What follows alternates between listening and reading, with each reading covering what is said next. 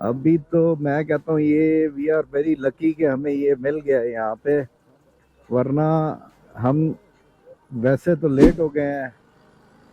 वरना मैं शुरू में मेन स्कर्दू की रोड के ऊपर गाँव में मिल जाता, लेकिन अब ये है कि अब ये थोड़ा सा अंदर थोड़ा दूर जाके यहाँ पे मिल रहा है ब्लॉसम।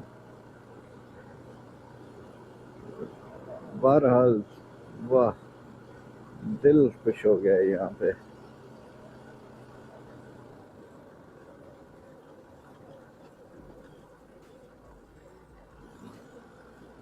यार क्या बात है, क्या बात है, देखो तो सही। उफ, ये चीज। और ये भी अदनान साथ है तो चीज़ें बहुत आसान हो गई हैं।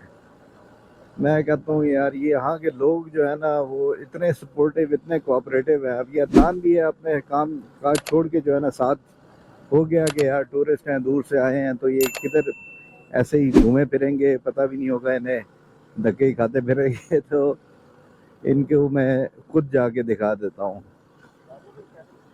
और क्या बात।